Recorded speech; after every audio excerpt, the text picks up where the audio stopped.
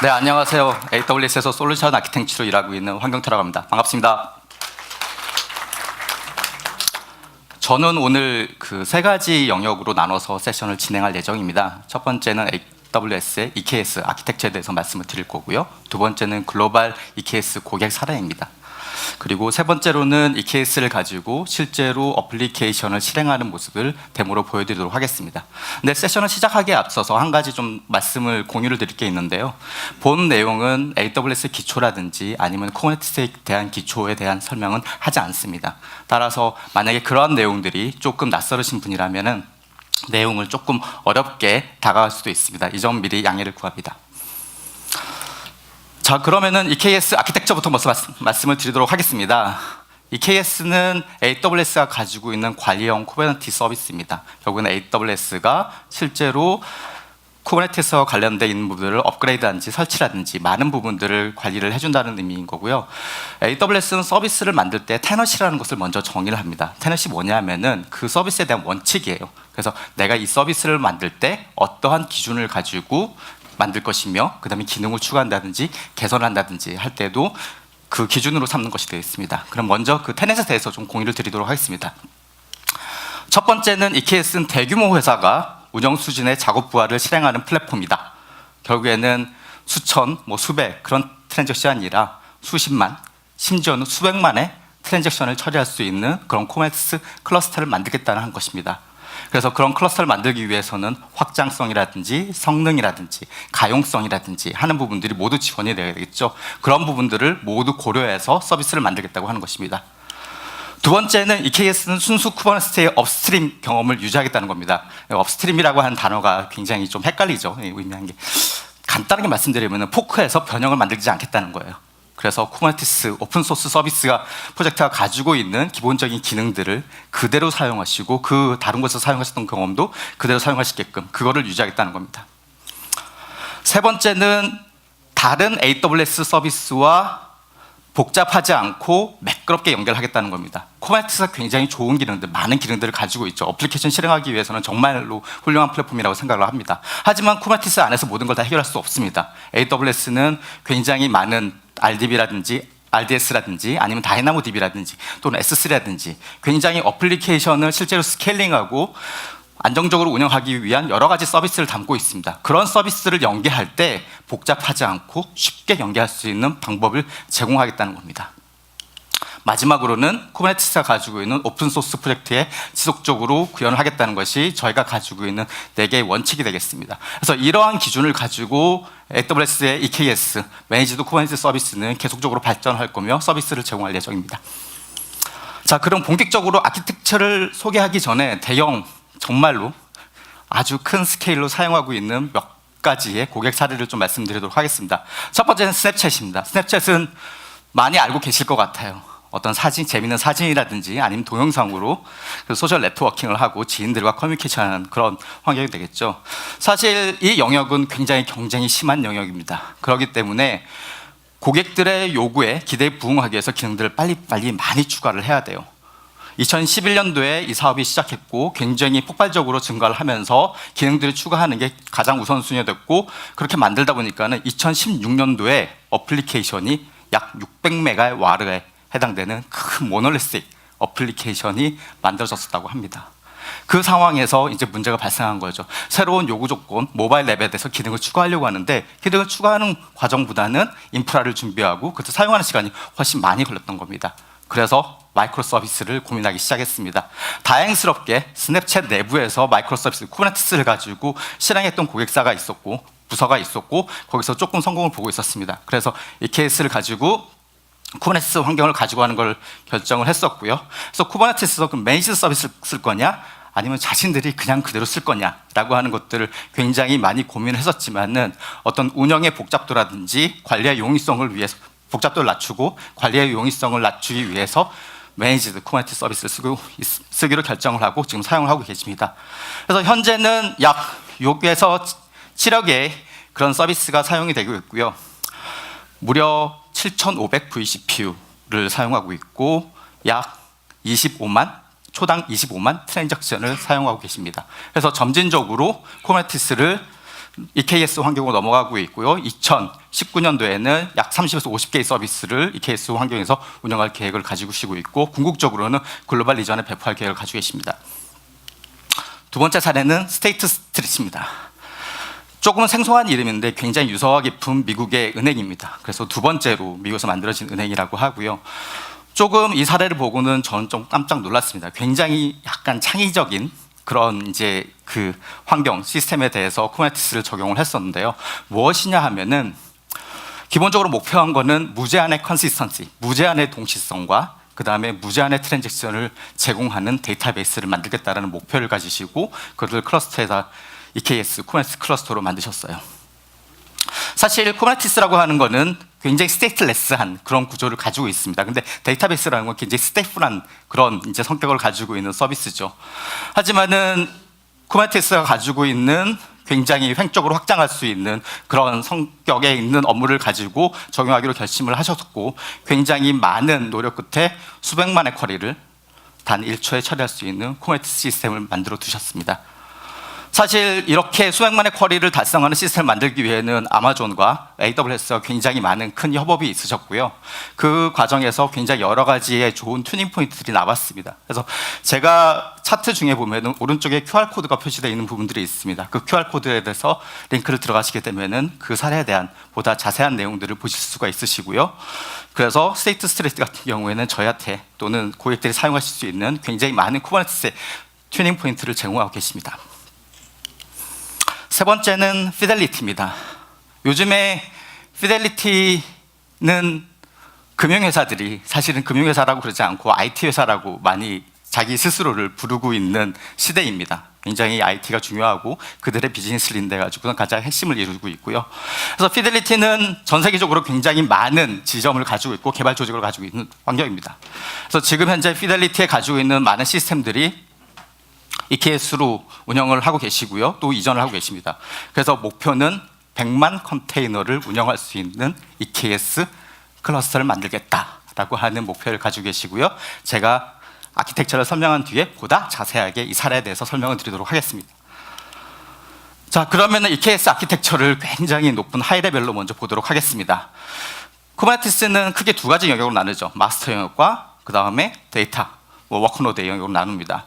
그래서 실제 그 쿠버네티스 EKS 클러스터를 만들게 되면은 위에 보시는 것처럼 컨트롤 플레인이 만들어지고요. 컨트롤 플레인은 어떤 고정적인 엔드포인트가 제공이 됩니다. 그러면 그 엔드포인트를 통해서 큐버시티를 명령을 통해서 엔드포인트에서 접근을 하고 쿠버네티스에서 어플리케이션을 배치를 한다든지 아니면은 실제로 실행하는 모니터링 한다든지 여러 가지 다양한 작업을 할 수 있습니다. 그래서 저 위에 해당되는 부분들은 AWS가 관리해주는 영역이고요. 아랫단에 해당되는 VPC라고 되어 있는 부분들이 여러분의 어카운트에 있는 환경이 되겠습니다. 그래서 여러분의 어카운트 환경에서 워커노드의 인스턴스를 배치를 하고 실행을 한 환경입니다.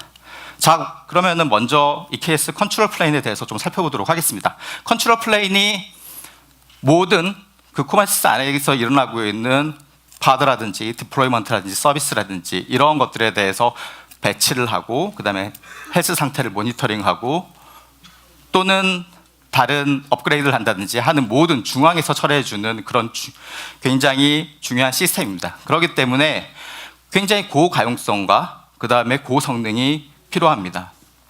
AWS의 EKS의 컨트롤 플레인은 AWS가 기존의 대규모의 웹 서비스 어플리케이션을 만들면서 사용했던 그 기능들, 그 서비스를 그대로 이용해서 컨트롤 플레인을 작성했습니다. 그래서 보시는 것처럼 실제로 웹으로서 들어오는 리퀘스트에 대해서 네트워크 로드 밸런스에 의해서 앞단에 있는 API 서버들로 부하를 나눠주게 되고 내부에 있는 여러 가지 컴포넌트 간에도 실제로 멀티 에이지에 배치를 하고 그들 간에 부하를 나누는 그런 구조로 만들어져 있습니다. 따라서 굉장히 고가용성, 확장성을 유지할 수 있는 그런 환경을 제공하고 있습니다.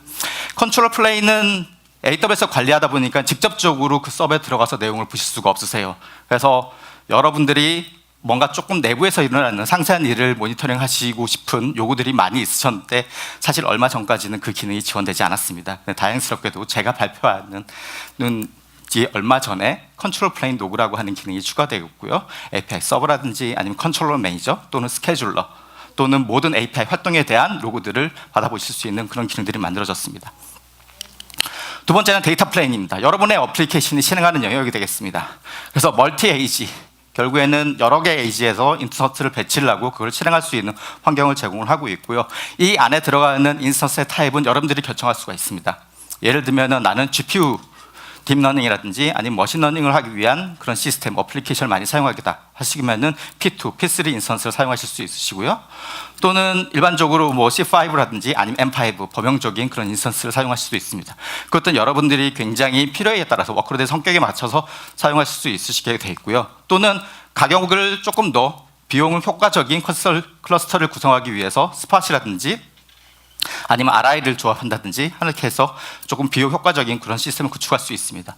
그리고 여러분들이 위한 어떤 구성이라든지 소프트웨어 설치를 위해서 그 사용자의 AMI 스크립트를 사용할 수 있는 부분들이 있고요. 앞에서 말씀드린 스냅챗이라든지 아니면 스테이트 스트레이트 그런 사례에서 보면은 실제로 이 인스턴스가 가지고 있는 성능에 따라서 그 각각 인스턴스에 따라서 성능이 이제 많이 차이가 있는데요. C5 인스턴스, 최신 세대의 인스턴스 사용했을 때는 약 25%의 성능 향상이 만들어지는 것들을 확인할 수 있었습니다. 네, 그리고 다음으로 말씀드릴 내용은 마스터와 그 다음에 워커 간에 어떻게 통신할 것이냐 하는 부분에 대해서 설명을 드리도록 하겠습니다. 여기는 마스터에 해당되는 부분은 AWS가 관리를 해주기 때문에 그 안에 있는 내용들은 실제 컴포넌트에 대해서는 상세하게 조정을 하지는 못하세요. 여러분의 가지고 있는 어플리케이션들은 워크로드에 대해서 여러분의 VPC 환경에서 동작을 하겠죠. 그래서 실제 둘 간에는 굉장히 많은 통신이 일어나게 되는데 최초에 만들어진 것들은 워커에서 인터넷을 통해서 컨트롤 플레인으로 자기 상태들을 올려준다든지 하는 식으로 구성이 되어 있었습니다.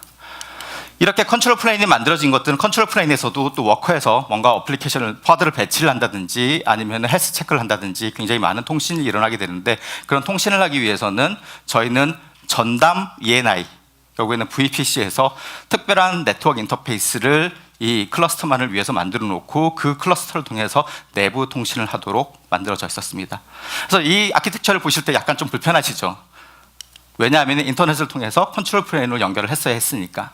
그런데 최근에 프라이빗한 액세스, 인터널 네트워크를 통해서 접근할 수 있는 기능들이 추가가 됐습니다. 그래서 여러분들이 인터넷을 통해서 그 컨트롤 플레인으로 접속을 해서 어떤 쿠버네티스 상황이라든지 어플리케이션을 배치하는 작업하지 않고 바로 VPC에서 접속해서 사용할 수 있는 그런 기능들이 추가가 됐습니다.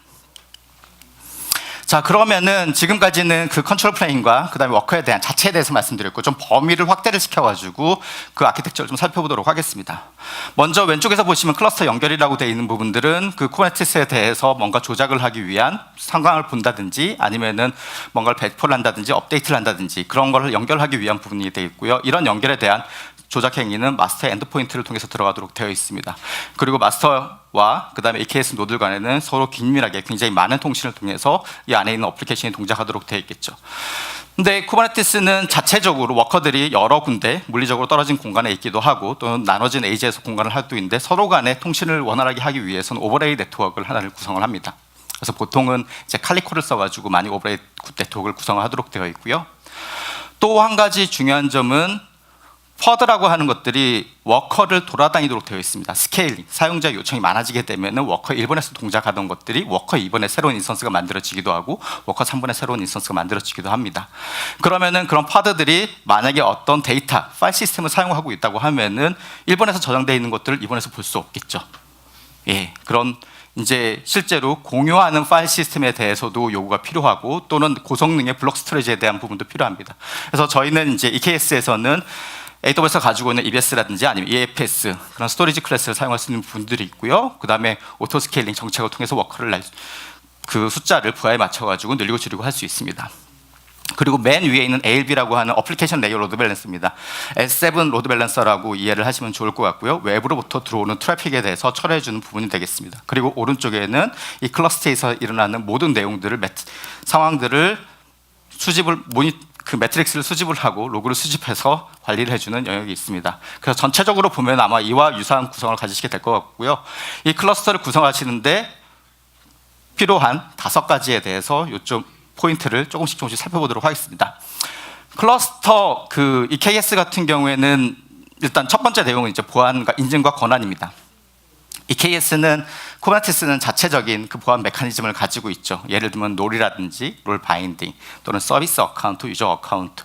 그래서 서비스 어카운트, 실제 퍼드가 실행하는 그 계정에 대해서 어떤 일을 할 수 있는지를 롤로 디파인을 하고 둘간에 엮어주는 것을 롤 바인딩이라고 합니다. AWS는 AWS에 있는 자원들을 사용하기 위해서는 IAM이라고 하는 것을 가지고 역할과 그 다음에 정책을 정의를 하고 있습니다. 이런 두 개를 연결시켜 주는 것들을 이제 IAM 어센티케이터라고 하는 그런 이제 어플리케이션이 그 프로그래밍 컴포넌트가 있고요. 이걸 통해서 IAM에 있는 권한과 쿠버네티스의 알백이 연동해서 사용하도록 되어 있습니다. 그 과정을 조금 더 자세히 보도록 하겠습니다. 첫 번째 왼쪽에 이제 kubectl이 클러스터를 조작할 때 쓰는 CLI 환경입니다. 그래서 kubectl은 AWS 아이덴티티, 결국에는 인증 정보를 쿠버네티스로 전달하게 되면은 쿠버네티스는 IAM에서 인증을 하고 그 아이덴티티에서 검증을 합니다. 그리고 그렇게 검증된 것들에 대해서 쿠버네티스 내부에서 알백에 대해서 권한을 부여하게 되고요. 그 알백에 대한 권한들이 실제로 KS, 쿠버네티스의 액션을 취할 수 있느냐 없느냐를 확인을 하고 적절한 행위를 취하도록 되어 있습니다. 두 번째는 네트워크입니다. 아마 쿠버네티스를 구성을 하셔서 어플리케이션을 배포해 보신 분들은 아마 아실 것 같은데요. 안에 있는 네임스페이스, 그 안에 있는 포드들은 네트워크에 방어벽이 없습니다.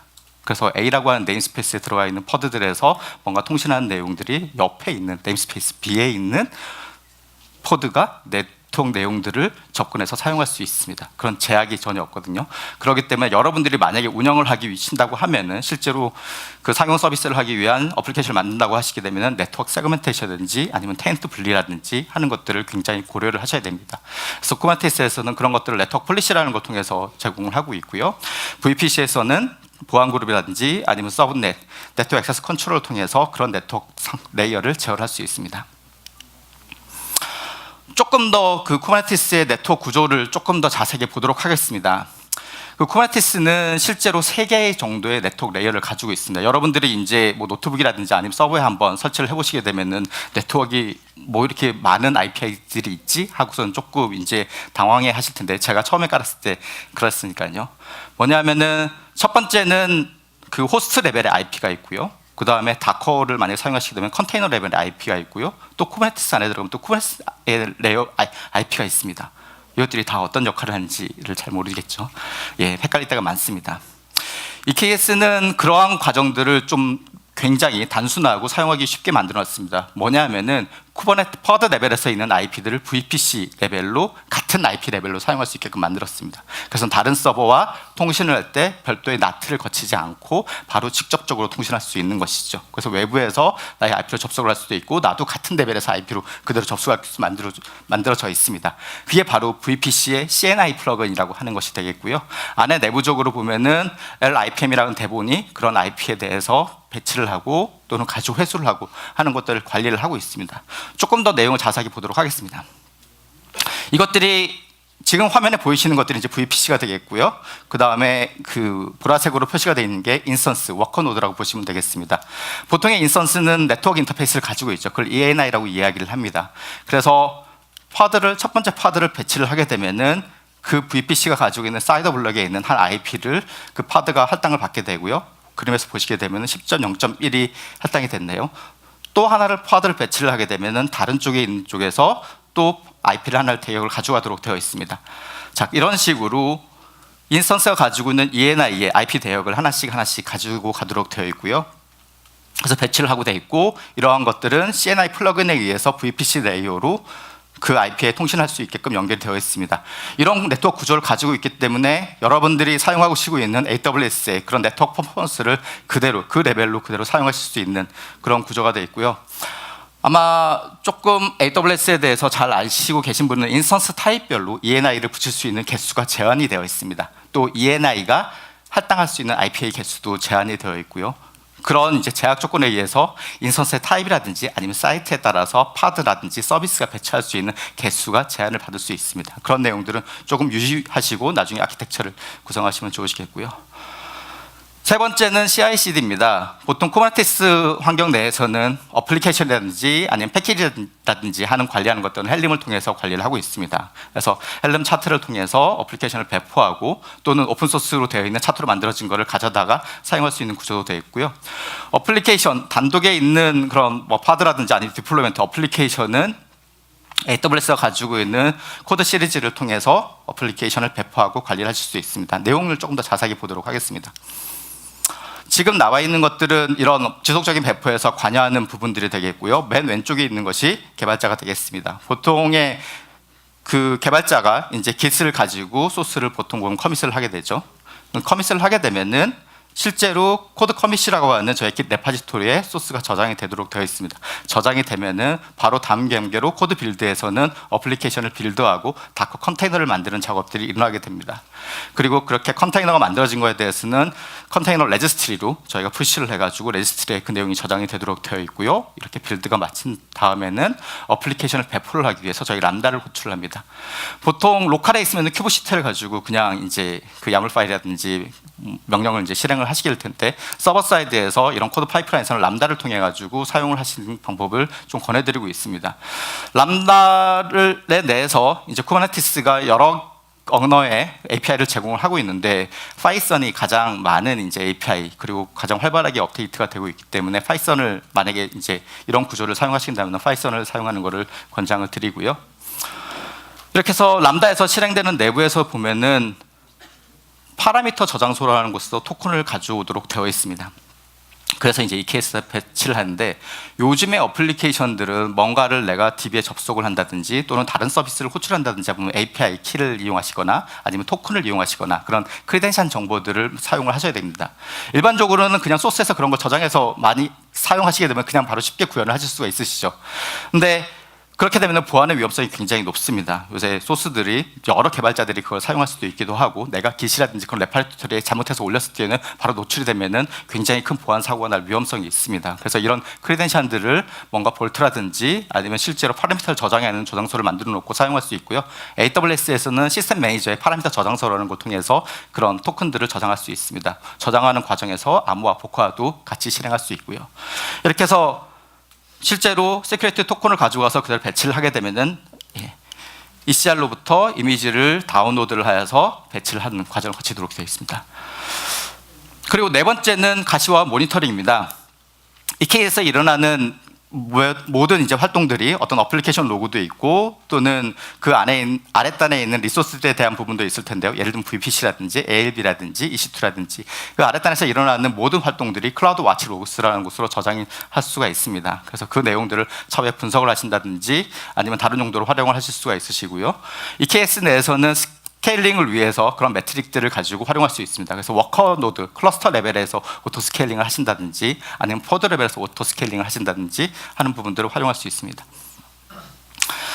그 로깅에 대한 어플리케이션 로깅이나 아니면 시스템 로깅에 대한 부분들을 아키텍처를 조금 더 살펴보도록 하겠습니다.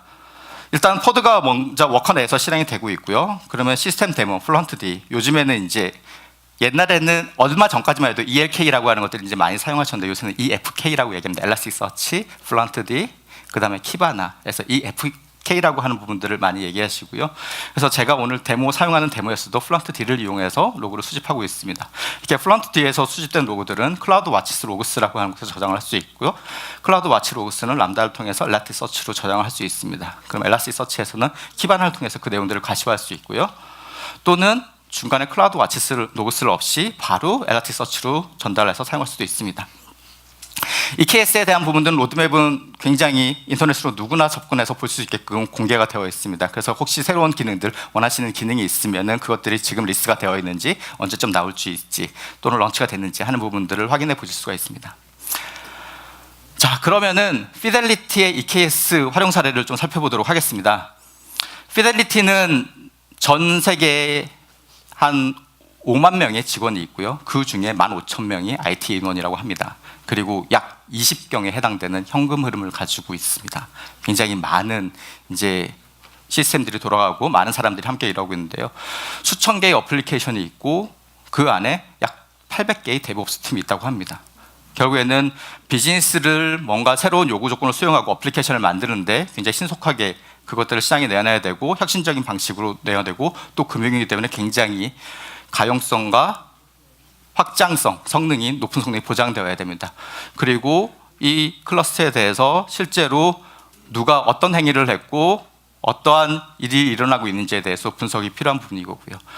그리고 마지막으로는 이제 비용 절감이라고 되어 있는데 비용 절감이라고 하는 거는 비용을 무조건 줄이겠다는 게 아니라 낭비를 줄이겠다는 겁니다. 그래서 내가 지금 사용하고 있는 리소스가 정말로 제대로 리소스를 잘 완벽하게 쓰고 있는지 하는 부분들을 검증을 하겠다는 것이고요. 그래서 혁신을 위해서 이런 비즈니스 목표를 정하고 테넌트를 정했습니다. 그래서 목표를 보면은 표준을 사용하고 그 다음에 멀티 테넌트 여러 개의 데브옵스 팀이 사용할 수 있으니까는 그런 이제 데브옵스 팀별로 그 테넌트를 분리해서 사용할 수 있는 구조와 그 다음에 보안을 적용하고 감사 추적성에 대한 부분들을 구축하였습니다. 지금 보이는 것들이 보이시는 이제 다이어그램이 사실 피델리티에서 가지고 있는 플랫폼의 모습입니다. 아마 굉장히 많이 보셨을 거예요. 뭐 어떤 솔루션 벤더로는 다 비슷한 그림을 가지고 올 것 같고요. 이런 플랫폼을 구축하기를 위해서 굉장히 여러 해 동안 노력을 하셨고 처음에는 이제 그 뭐 클라우드 파운드리라든지 이런 쪽으로 많이 접근하셨다고 합니다. 근데 지금 이제 2세대로 그 컨테이너 기반으로 접근하고 있고요. 이 컨테이너 기반으로 했을 때 좋은 점은 뭐냐면은 각 요소들을 플러그인 할 수 있다는 겁니다. 예를 들면 데브옵스 툴에서 내가 필요 없는 부분들을 빼내고 다른 새로운 부분을 넣을 수도 있고요. 또는 모니터링에 해당되는 도구들도 서비스도 넣고 빼고 하는 것들 자유롭게 할 수 있다는 겁니다. 심지어는 아랫단에 있는 인프라에 해당되는 부분도 예를 들면 컨테이너를 썼다 또는 서버리스를 썼다 또는 VM을 썼다라는 것들을 굉장히 자유롭게 할 수 있는 그런 구조를 가지고 계시고요. 지금 보시는 것이 EKS 그 플랫폼이 되겠습니다. 그래서 지금 서클로 나와 있는 부분들 왼쪽에 이제 보라색 띠로 되어 있는 사용자라든지 아니면 SR이라든지 EKS 어드민이라든지 데브옵스라든지 하는 부분들이 이 피델리티가 가지고 있는 조직의 구성이 되겠습니다. 그리고 그 커넥트라고 되어 있는 부분에 빨간 부분들이 굉장히 많은 데브옵스 팀들이 이 클러스터에 붙여서 사용할 수 있는 그런 환경들 CI/CD 도구라든지 아니면 커뮤니케이션 도구라든지 사용하는 부분이 되겠습니다. 각각에 있는 조직에서 어떤 역할을 하는지를 좀 살펴보도록 하겠습니다. 먼저 맨 아래에 있는 부분들이 EKS 어드민입니다. EKS를 관리해주는 그런 부분이 되겠고요. 예를 들면 여기서 하시는 일은 클러스터를 작성을 할 때 클러스터의 노드를 몇 개로 할 것이며 어떤 인스턴스 타입을 사용을 할 것이며 업그레이드는 어떻게 할 것이냐 백업은 어떻게 하시며 DR은 어떻게 할 것이냐 권한 설정은 어떻게 하고 네임스페이스는 어떻게 나눌 것이냐 하는 전체적인 쿠버네티스 클러스터에 관련된 부분들을 관리해 주는 게 바로 EKS 어드민 팀이 되겠습니다. 그리고 왼쪽에 있는 팀은 데브옵스 팀입니다. 어플리케이션을 담당하는 팀이 되겠죠. 그래서 자신의 어플리케이션들을 개발하고 배포하고 그런 것들을 구성을 관리해주고 시크릿을 관리해주는 그런 역할을 하고 있습니다. 그래서 EKS 어드민 팀에서 클러스터를 만들어주게 되면은 데브옵스 팀에서 그 내용들을 어플리케이션을 배포해서 실행하는 게 되는 것이죠. 오른쪽에 있는 팀은 SRE, 서비스 릴라이블리티 엔지니어링 해가지고 서비스의 안정화를 위한 전담팀이 되겠습니다. 그래서 클러스터에서 일어나고 있는 굉장히 다양한 로그라든지 아니면 매트릭들을 가지고 시스템들을 안정적으로 유지할 수 있는 성능 지표들, KPI들을 관리를 하고 있고요. 위쪽에 있는 부분들이 사용자가 되겠습니다. 그래서 사용자는 본인들이 가지고 있는 어떤 인그레스 컨트롤이라든지 아니면 인증서, 서티피케이트 관리라든지 아니면 보안에 관련된, 세션에 관련된 부분들을 관리해주는 역할을 하고 있습니다. 지금 이 피델리티가 가지고 있는 플랫폼을 그럼 어떻게 가져가느냐 하는 것들을 그림을 나타내고 있습니다. 사실 그림은 굉장히 단순해 보이는데 저는 이 그림을 보고서는 굉장히 좀 놀랐고 사실은 이 그림을 공유해 주는 것들에 되게 감사했습니다. 왜냐하면 제가 고객을 만났을 때 굉장히 많이 받는 질문 중에 하나이거든요. 가장 여기서 유의하게 보셔야 될 것들은 네임스페이스 그룹 X라는 겁니다. 사실 쿠버네티스는 네임스페이스 그룹이라고 하는 그런 오브젝트 컨셉은 존재하지 않습니다. 피델리티는 자기의 업무 조직에 맞게끔 플랫폼을 관리해주기 위해서 커스텀 리소스 디파인 (CRD라고) 이야기를 하는데 쿠버네티스에서 리소스를 확장을 해서 사용하고 있습니다. 그래서 이 네임스페이스 그룹은 한 팀과 매칭을 시키는 겁니다. 한 팀에서는 여러 개의 어플리케이션을 관리를 할 수 있겠죠. 개발을 하시게 됩니다. 그래서 팀별로 네임스페이스 그룹이라는 걸 매핑을 시켜주고요. 그 다음에 하나의 어플리케이션은 하나의 네임스페이스 안에서 배치를 하도록 만들었습니다. 그렇게 만들어진 클러스터들이 굉장히 여러 개가 만들어지게 되어 있고 현재는 약 30개의 클러스터를 운영하고 계십니다. 이런 클러스터를 만들어 놓고 어떻게 액세스하는지 한번 보도록 하겠습니다. 피델리티는 본인들이 가지고 있는 인증 권한 체계 AD와 그 다음에 EKS가 가지고 있는 AWS와 EKS의 권한 체계를 연결했습니다. 그래서 AD를 가지고 AWS의 IAM 롤을 만들어주고 그것들을 EKS의 RBAC으로 연결했습니다. 그래서 보시게 되면 그룹 A, 그룹 B, 그룹 C가 있고 그룹 ADM 어드민을 의미하는 그런 그룹이 있습니다. 그래서 이런 것들이 그대로 RBAC으로 연결이 되게 되어 있고요. 그룹 어드민이라고 하는 부분들이 바로 EKS 어드민 팀이 되겠습니다. 그래서 클러스터 전체에 대해서 관리를 해주는 관리적인 작업들을 취하는 그런 팀이 되겠고요. 그래서 네임스페이스 관리라든지 아니면 네트워크 폴리시 관리라든지 하는 작업들을 수행하도록 되어 있습니다. 그리고 그룹 A 같은 경우에는 자기네 어플리케이션을 관리해주는 영역을 담당하고 있습니다. 전체 클러스터 아키텍처입니다. 지금 아랫단에 나오는 것들이 클러스터 매니지먼트이고요. 위에 단은 어플리케이션입니다. 클러스터 매니지먼트에 보시게 되면은 실제로 피델리티에서 사용하고 있는 여러 개의 파드들, 시스템 데모 파드나 도구들을 볼 수가 있습니다. 예를 들면은 AWS의 권한 인증을 관리해주기 위한 AWS IAM이 있을 거고요.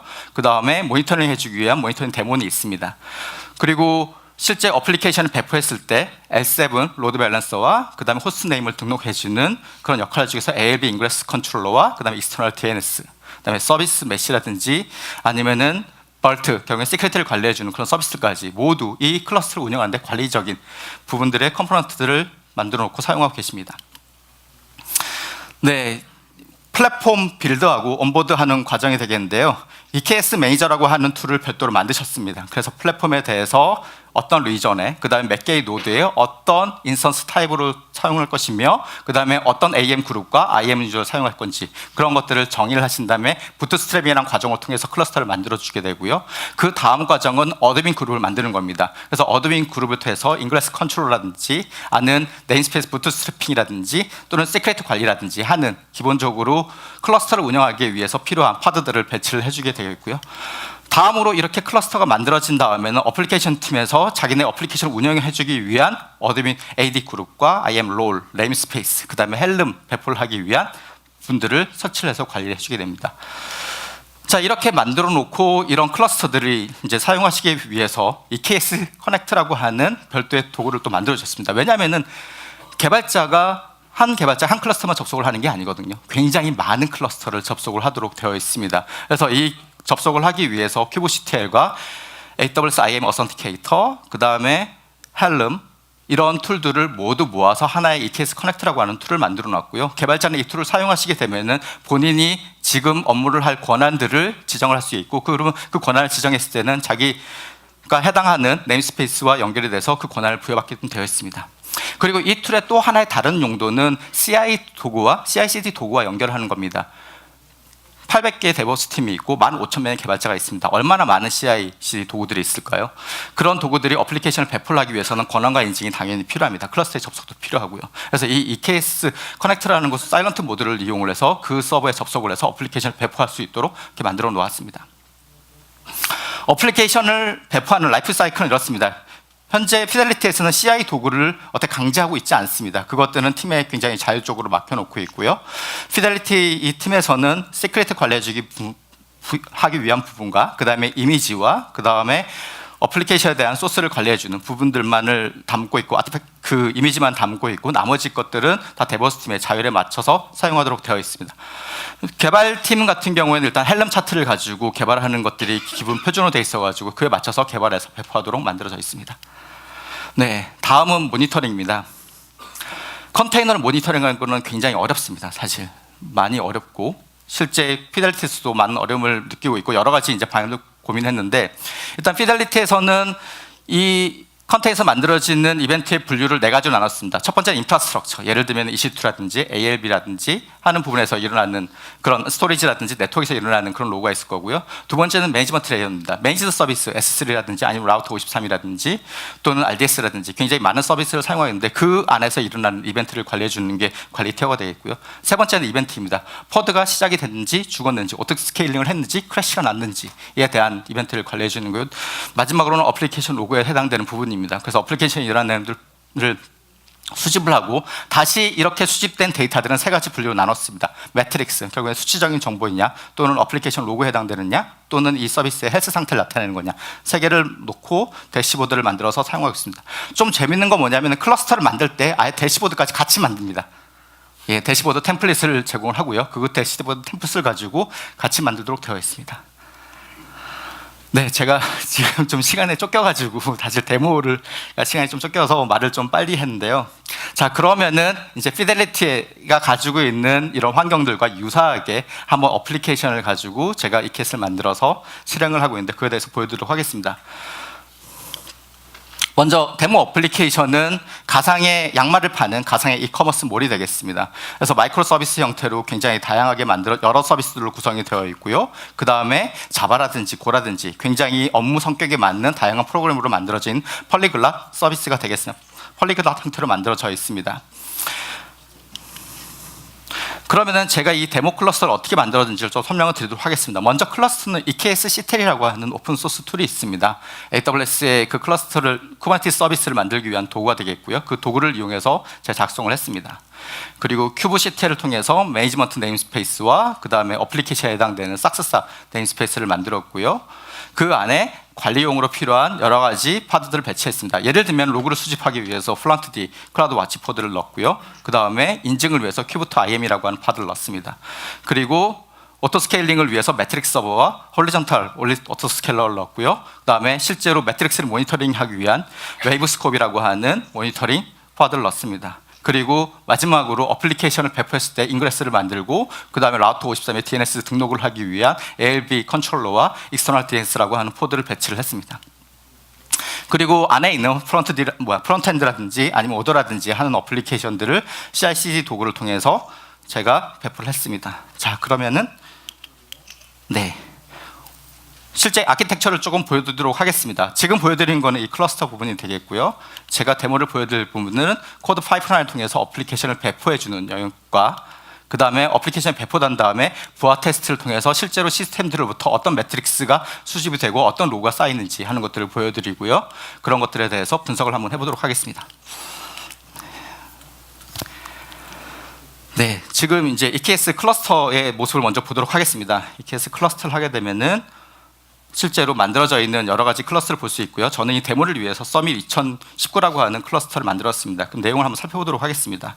보시는 것처럼 상단에 클러스터 버전 업데이트라고 하는 것이 있고요. 버전을 업데이트를 클릭하게 되면은 클러스터의 버전들, 지금 현재 가용한 버전들이 나타납니다. 그래서 여러분들은 복잡한 과정을 거치지 않고 바로 클러스터를 업데이트를 하실 수가 있습니다. 네. 그리고 이제 네트워킹에 대한 정보들을 볼 수 있고요. 그래서 앞에 설명드린 것처럼 프라이빗 액세스를 사용할 거냐, 퍼블릭 액세스를 사용할 거냐 하는 내용들을 볼 수 있고, 네. 다음에는 실제로 컨트롤 플레인에서 일어나고 있는 여러 가지 로그, API 서버라든지 아니면은 스케줄러라든지 하는 로그들을 내용들을 볼 수 있습니다. 네, 그래서 해당에 일어나는 것들은 클라우드 와치 로그스로 모두 수집이 되도록 되어 있고요. 그러면은 이제 클러스터가 만들어져서 어플리케이션을 한번 배포를 해보도록 하겠습니다. 어플리케이션은 프론트엔드라고 하는 실제 앞단에서 가장 먼저 받아주는 어플리케이션을 배포를 하게 될 거고요. 배포를 하게 되면 ALB와 DNS가 자동으로 구성이 되도록 되어 있습니다. 그래서 먼저 어플리케이션 배포를 하기에 앞서서 이 어플리케이션의 호스트 네임이 존재하는지 아닌지를 먼저 디그 명령을 통해서 확인을 했습니다. 그래서 호스트 네임이 존재하지 않는 것들을 확인을 했고요. 다음에 제가 배치할 쿠버네티스 오브젝트, 예를 들면 서비스라든지 인그레스라든지 디플로이먼트라든지 하는 것들이 아직 만들어지지 않은 것들을 확인을 했습니다. 그러면 라우터 53에 들어가서 DNS에 들어가서 실제로 해당되는 호스트 네임이 존재하는지 한번 보도록 하겠습니다. 보시는 것처럼 dev.just.aws.net이라고 하는 제가 가지고 있는 도메인이 되겠고요. 여기 아무런 호스트 네임이 등록되지 않은 걸 볼 수 있습니다. 참고로 지금 바로 접속하시면 이 사이트는 보실 수가 있으십니다. 네. 아무것도 등록이 되어 있지 않은 것들을 보실 수가 있고요. 코드 파이프라인을 한번 보도록 하겠습니다. 네, 코드 파이프라인의 프론트엔드라고 되어 있는 부분은요, 실제 소스를 관리해주기 위한 코드 커밋과 그 다음에 코드 빌드, 다음에 코드 디플로이 해주는 그런 세 단계로 만들어져 있습니다. 자, 그러면은 코드를 제가 업데이트를 하고 코드를 푸시를 해보도록 하겠습니다. 자, 이렇게 제가 약간 메시지를 남기고요. 그 오리진 마스터로 코드 푸시를 하도록 하겠습니다. 그렇게 되면은 코드 파이프라인에서는 코드 변경을 캐치를 하게 되고 바로 빌드 스테이지로 트리거링 된 걸 볼 수 있습니다. 네, 그래서 지금 빌드로 들어가 있고요. 빌드로 들어가 있을 때 서버에서 어떤 일이 일어나는지 로그를 바로 확인해 보실 수가 있습니다. 지금 보시게 되면은 실제로 해당되는 다커 파일이 이제 다커가 컨테이너가 만들어지게 되는데 다커에 대해서 지금 파일의 스텝 바이 스텝으로 하나씩 실행되고 있는 것입니다. 그래서 이미지를 다운로드를 하고요. 그 다음에 새로운 이미지를 빌드를 하고 마지막에 만들어진 이미지에 대해서 푸시를 해서 ECR에다 넣어주도록 되어 있습니다. 자, 이렇게 끝났고 그 다음에 다음 단계로는 디플로이를 통해서 EKS 클러스터로 배치를 하고 있습니다. 람다로 만들어져 있기 때문에 해당되는 로그들은 클라우드 와치 로그스로 제가 출력이 되도록 만들었고요. 그래서 실제로 배치된 것들 디플로이 석스라고 하는 메시지가 나온 걸 볼 수 있습니다. 네. 그래서 지금 이제 디플로이를 마쳤고요. 먼저 그러면은 이 인그레스 어플리케이션을 배포하면은 sucks.dev.just.aws라고 하는 호스트 네임이 등록이 되고 그 어플리케이션이 실행할 수 있도록 자동으로 구성이 되도록 지금 ALB 인그레스 컨트롤러가 익스터널 DNS가 그런 역할을 해주고 있는데요. 익스터널 DNS에서 호스트 네임이 등록이 되는 것들을 로그를 이제 확인을 하셨습니다. 그리고 이 어플리케이션을 이 파드를 실행하기 위한 여러 가지 인그레스와 서비스가 구성된 것들을 볼 수 있습니다. 그래서 중간에 보시게 되면 이게 인그레스 내용입니다. 그래서 호스트 네임과 실제로 ALB에 대한 주소들을 확인하실 수가 있고요. 자, 이렇게 만들어진 거에 대해서 한번 라우트 53에서 실제 호스트가 등록이 된 것들을 한번 보도록 하고요. 지금 보시는 것처럼 sucks.dev.just.aws 들어간 거 볼 수 있습니다. 그러면 어플리케이션을 한번 실행을 해보도록 하겠습니다. 어플리케이션을 실행을 해서 실제 기능들이 정상적으로 동작하는지 보도록 하겠습니다. 먼저 첫 번째 보여지는 화면은 프론트엔드에서 화면을 다 보여주고 있는 것입니다. 그래서 로그인을 하게 되면은 유저 서비스가 호출이 되는 게 되겠고요. 유저 서비스에서 인증을 하도록 되어 있습니다.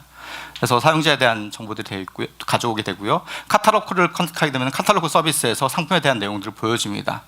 컬러풀이라고 하는 양말을 선택을 하고 제가 쇼핑 카트에 넣었습니다. 그럼 쇼핑 카트가 실행을 하게 됐고요. 쇼핑 카트에서 내용을 확인하고 프리스 체크아웃을 하게 되면은 주문이 정상적으로 되는 부분들을 일어난 걸 볼 수 있습니다. 다시 한번 새로운 양말을 좀 주문을 해보도록 하겠습니다. 네, 홀리라고 하는 99불, 약 10만 원에 해당되는 그런 양말이 되겠고요. 양말을 한번 주문을 해보도록 하겠습니다. 마찬가지로 선택을 해서 쇼핑 카트에 넣고요. 그다음에 쇼핑 카트에 있는 내용들을 보고 체크아웃을 한번 해보도록 하겠습니다. 에러가 났네요. 네, 페이먼트 디클라인 어마운트 그 100불을 초과해서 페이먼트가 실패했다는 걸 볼 수 있습니다. 한번 저희가 개발자 도구를 열어서 어떤 에러가 났는지 한번 좀 자세히 보도록 하겠습니다. 406 not acceptable이라고 하는 HTTP 리스폰스를 받았고요. 그래서 페이먼트가 초과해서 에러가 난 것들을 볼 수 있습니다. 사실 의도된 에러입니다. 뒤에 이제 로그의 내용들을 조금 더 자세하게 보여드리기 위해서. 자, 그러면은 이렇게 어플리케이션이 만들어졌습니다. 보통의 어플리케이션은 이 단계에서 사용자 테스트를 하기도 하고 통합 테스트를 하기도 하고 여러 가지 과정을 거치게 됐습니다. 근데 실제로 스케일링하는 어플리케이션을 만들기 위해서는 부하 테스트가 굉장히 필수적이죠. 부하 테스트를 하기 위해서는 부하를 발생시키는 부하 발생기와 그것들 수집하는 서버들로 나누어지도록 되어 있습니다. 그래서 부하를 발생할 때는 굉장히 많은, 실제로 인터넷 쇼핑몰에서 뭔가 굉장히 세일을 했을 때 많은 사용자 요청이 되는 그런 환경들을 조금 만들기 위해서 클라우드 포메이션이라는 걸 통해서 부하 발생시키는 인스턴스들을 많이 만들어 봤습니다. 그럼 클라우드 포메이션에서 지금 어떻게 구성을 했는지 한번 보도록 하고요. 클라우드 포메이션에서 VPC라든지 아니면은 게이트웨이라는 것들을 작성을 해주고 만들어진 리소스를 보게 되면은 실제로 부하를 발생해주는 오토 스케일링 그룹이 작성된 것들을 볼 수 있습니다. 오토 스케일링 그룹을 한번 좀 내용을 살펴보도록 하겠습니다. 오토 스케일링 그룹을 보게 되면은 인스턴스가 하나에서 10개까지 늘어날 수 있도록 되어 있고요. 현재는 3개가 실행되고 있는 것들을 볼 수 있습니다. 네, 인스턴스가 3개가 있는 것들을 볼 수 있고요. 만약에 지금 저의 테스트 환경에서는 인스턴스 3개로 하고 있지만 조금 더 많은 부하를 넣고 싶다라고 했을 때는 10개, 100개, 1000개까지도 만들어가지고 부하를 발생을 시킬 수도 있습니다. 자, 그러면은 이런 부하 발생기와 그 다음에 모니터링으로 연결하기 위해서 터널링을 하도록 하겠습니다. 보통의 이런 부하 발생기에 대해서 인터넷으로 연결을 만약에 돼 있다고 하면 누구나 들어와가지고 부하를 발생해서 시스템을 굉장히 로드를 걸 수 있겠죠. 그럼 비용이 굉장히 많이 나오게 될 겁니다. 그래서 이런 부하 테스트를 보안을 위해서 굉장히 SSC 터널링을 통해서 로컬 호스트에서 바로 접속을 할 수 있도록 구성을 했습니다. 그래서 윗단에 있는 것이 위에 접속하는 SSC 터널링이 로드 테스팅을 서버를 접속하는 게 되겠고요. 아랫단은 모니터링 서버로 접속하는 겁니다. 그래서 로컬 호스트에서 로컬 호스트 8089를 포트를 통해서 로드 서버를 접속을 해보도록 하겠습니다. 그래서 부하 발생기로 3개의 서버가 존재하는 걸 볼 수 있고요. 네, 그럼 부하를 한번 발생을 시켜보도록 하겠습니다. 3명의 사용자로 각각의 서버가 한 명씩 사용자가 해당된 걸 볼 수 있습니다. 여기 보시는 것처럼 이 부하 테스팅기 마스터에서 여러 가지 정보들을 보여주고 있는데요. 스태티스틱스 통계 쪽에서는 어떤 API들이 콜이 됐고 그 다음에 몇 개나 콜이 됐고 평균 응답 시간은 어떻게 되고 하는 것들을 모두 볼 수 있습니다. 사실 이 부하 테스트 스크립트는 파이썬으로 만들어져 있습니다. 파이썬으로 만들어져서 로그인을 하고 그거에 대해서 실제로 상품을 랜덤하게 선택을 해서 주문이 일어나는 과정까지를 모두 자동화시켜 놓는 게 되겠고요. 사실 스크립트 작성은 매우 간단합니다. 네, 그래서 실제로 최소값과 응답 시간에 있어서 최대값을 볼 수 있고요. 차트로도 리스폰스 타임이라든지 얼마나 많은 요청이 들어가고 있는지를 내용들을 확인해 볼 수 있습니다. 네, 그래서 그러면은 또 어떤 에러가 있었는지 내용을 볼 수 있고요. 저희가 의도한 대로 406 에러, 페이먼트가 지금 실패했다는 것들을 에 대한 에러 내용을 볼 수 있습니다. 다음은 이렇게 부하가 발생되고 있는 상황에서 모니터링을 해보도록 하겠습니다. 모니터링에서는 어플리케이션 로그를 볼 수 있는 부분들이 있고요. 그 다음에 시스템 상황들, 자본의 상황이라든지 볼 수 있는 매트릭스를 모니터링하는 부분들이 있습니다. 매트릭스에 관련된 부분들은 사실 프로메테우스라든지 그라파나를 이제 많이 사용하시게 되는데 조금 제가 다른 툴을 가지고 그 내용들을 보여드리도록 하겠습니다. 지금 보여드릴 거는 웨이브스콥이라고 하는 그런 툴이 되겠고요. 웨이브스콥에서는 실제 이 클러스터 내에서 일어나고 있는 포드들 간의 관계, 인터랙션에 있는 것들을 바로 실시간으로 시각화해서 보여주고 있습니다. 지금 보시는 것처럼 프론트엔드에서 오더라든지 카탈로그라든지 아니면 카트로 연결하는 거 볼 수 있고요. 클릭을 했을 때는 내부적으로 CPU 상태나 아니면 프로세스의 상태 내용들을 볼 수 있습니다. 오더퍼드를 한번 클릭해 보겠습니다. 오더퍼드에서 연결되어 있는 프론트엔드라든지 쉬핑이라든지 아니면은 카트라든지 하는 것들 연결된 것들을 볼 수 있고요. 네, 그리고 네, 이 안에 있는 프로세스라든지 정보를 볼 수 있습니다. 그리고 서비스, 실제 쿠버네티스에는 서비스라고 하는 그런 오브젝트가 있는데요. 그 서비스 레벨로 얼마나 많은 포드가 실행되고 있는지 내용들을 보실 수가 있고요. 또는 컨트롤 레벨에서 디플로이먼트라든지 데몬셋이라든지 그런 레벨로도 실제 어떤 서비스들이 어떻게 되어 있고 얘 자원들을 얼마나 사용하는지 볼 수 있습니다. 또 클러스터 자체에 있는 워크로드가 얼마나 지금 부하를 쓰고 있고 그 안에 실행되고 있는 포드에 대한 내용들도 실시간으로 내용들을 볼 수가 있고요. 그래서 지금 보시는 것처럼 해당되는 파드가 그 워커가 연결되어 있는 다른 워커 그리고 어떤 외부에 있는 AWS 서비스와 연결되어 있는지도 시각적으로 보실 수가 있으십니다. 지금 보시게 되면 아랫단에 있는 로그스라고 하는 AWS 서비스와 연결되어 있는데 클라우드 와치 로그스로 보내고 있기 때문에 이러한 연결들이 존재를 하는 것입니다. 네, 다른 워커를 클릭을 했어도 마찬가지로 같은 내용들을 볼 수가 있고요. 왼쪽에 나와 있는 STS 아마존 AWS라고 하는 것은 시큐리티 토큰 서비스입니다. 내부에 있는 AWS 서비스를 호출하기 위해서 시큐리티 토큰을 동쪽으로 가지고 오는 그런 연결하는 서비스가 되겠고요. 네, 조금 빨리 진행을 하도록 하겠습니다. 그리고 네임스페이스, 아래에 있는 네임스페이스를 선택을 하시게 되면은 매니지먼트 레이에서 실행되고 있는 포드의 내용들을 볼 수 있습니다. 그래서 로그스라고 하는 것들을 클라우드 와치 로그스로 연결되어 있는 파드가 무엇인지를 본다고 하면은 플런트 디 클라우드 와치 그 파드가 3개가 실행되는 것들을 볼 수가 있고요. 네, 만약에 K2 큐브2 IM이라고 하면은 인증 서버에 연결된 것들을 볼 수가 있습니다. 네, 그리고 큐브 프록시가 인터넷으로 연결된 것도 확인할 수 있고요. 이렇게 실제로 서버에서 일어나는 내용들을 볼 수가 있습니다. 다음으로는 어플리케이션 로그를 분석하는 겁니다. 제가 이제 플런트디에서 클라우드 와치 로그스로 그 로그들을 쭉 받아서 그 내용들을 볼 수 있는데요. 사실 두 가지 내용으로 나눴습니다. 어플리케이션에 해당되는 부분들은 컨테이너스라고 하는 로그 스트림스로 내용들을 받고 있고요. 그다음 매니지먼트에 해당되는 것들은 어덜스라고 하는 스트림스로 내용을 받고 있습니다. 그래서 컨테이너라고 하는 것들은 람다를 통해서 엘라티서치로 그 내용을 전달하도록 되어 있고 그 다음에 어덜스라고 하는 것은 바로 클라우드 와치스에 저장이 되어 있고 클라우드 와치 인사이트라는 것을 통해 툴을 통해서 로그를 분석을 할 수 있습니다. 네, 그래서 각각의 이제 그 컨테이너들이 구성된 것들을 보여드리고 있고요. 네, 이러한 로그들 엘라스틱서치에 들어가서 그러면 지금 쌓여 있는 로그들 한번 내용을 보도록 하겠습니다. 엘라스틱서치에서 썸밋 2009 하는 그 엘라스틱서치 인스턴스를 만들어 뒀고요.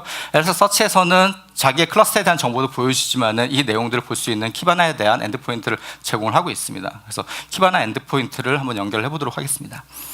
보통의 일반적으로 그냥 바닐라로 구성을 하게 되면은 엘라스틱 서비스에 대한 키바나 접근이 그 제한이 없습니다. 아무 사용자나 인터넷 연결 사람들은 들어올 수 있는데요. 이 접근하는 대시보드에 접근할 수 있는 사용자들을 인증해주기 위해서 코그니트 서비스를 연결을 하였습니다. 그래서 코그니트 서비스를 통해 가지고 지금 제 아이디로 인증을 하고 지금 키바나 안으로 접근을 했고요. 키바나 안에서 파드에서 실행되고 있는 어플리케이션들의 로그가 수집된 걸 볼 수 있습니다. 그래서 쿠버네티스 라벨 네임이라든지 아니면 메시지 내용들 각각에 해당되는 것들을 클릭을 해서 로그의 상세 내용들을 볼 수 있고요. 그다음에 406이라고 하는 저희가 에러가 나고 있었죠. 그 페이먼트 이제 디클라인이 일어나는 그거에 해당되는 키워드를 검색을 해서 그 내용들도 다 수집해서 볼 수 있습니다. 네, 그 상세한 내용들을 볼 수 있고요. 또는 이 어플리케이션에 관심 있는 여러 가지 요소들에 대해서는 대시보드를 만들어서 그 내용들을 시각적으로 쉽게 볼 수 있습니다. 예를 들면은 제가 구성한 대시보드는 쇼핑몰이다 보니까 방문자가 그 다음에 얼마나 많은 주문을 하고 또 주문이 얼마나 결제가 성공이 됐는지 하는 것들을 시각적으로 한번 만들어 봤습니다. 그래서 노란색으로 나와 있는 게 방문 횟수, 사용자 유저 서비스를 그 유저 마이크로 서비스를 호출한 횟수가 되겠고요. 그다음에 빨간색으로 되어 있는 것들이 주문을 일으키는 겁니다. 그리고 저희가 406 에러가 나는 것들을 이제 확인하셨지만 일부만 결제가 되기 때문에 실제로 결제로 일어나는 부분들이 이제 비중이 굉장히 작게 되는데 그런 것들을 시각적으로 볼 수 있습니다.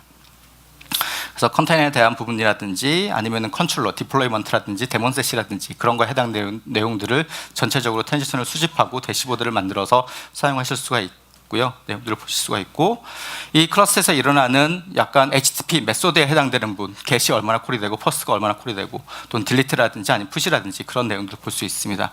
또는 다른 형태로 꺾은선지라든지 하는 실제 일어나고 있는 로그에 대한 내용들을 조금 보시고자 하는 관점에 맞춰서 대시보드를 구성해서 사용하실 수 있습니다. 네, 제가 구성한 데모 내용은 여기까지고요. 사실 지금까지 이제 얘기를 들어보셨으면 아마 직접 해보시고 싶은 요거들도 많이 있으실 거고 또 내용을 조금 더 자세하게 알고 싶은 부분들이 있을 것입니다. 그래서 제가 관련된 실제로 이 KS를 굉장히 쉽게 따라볼 수 있는 링크가 제일 위에 있는 것입니다. 그리고 그 아래에 있는 피델리티라든지 아니면 스냅챗이라든지 스테이트 스트리트에 대한 레퍼런스에 대한 정보들입니다. 그 외에 제가 설명드렸던 링크들이 있고요. 이런 내용들을 통해서 내용들을 조금 더 잘 습득하실 수 있다고 믿습니다. 끝까지 경청해 주셔서 감사합니다.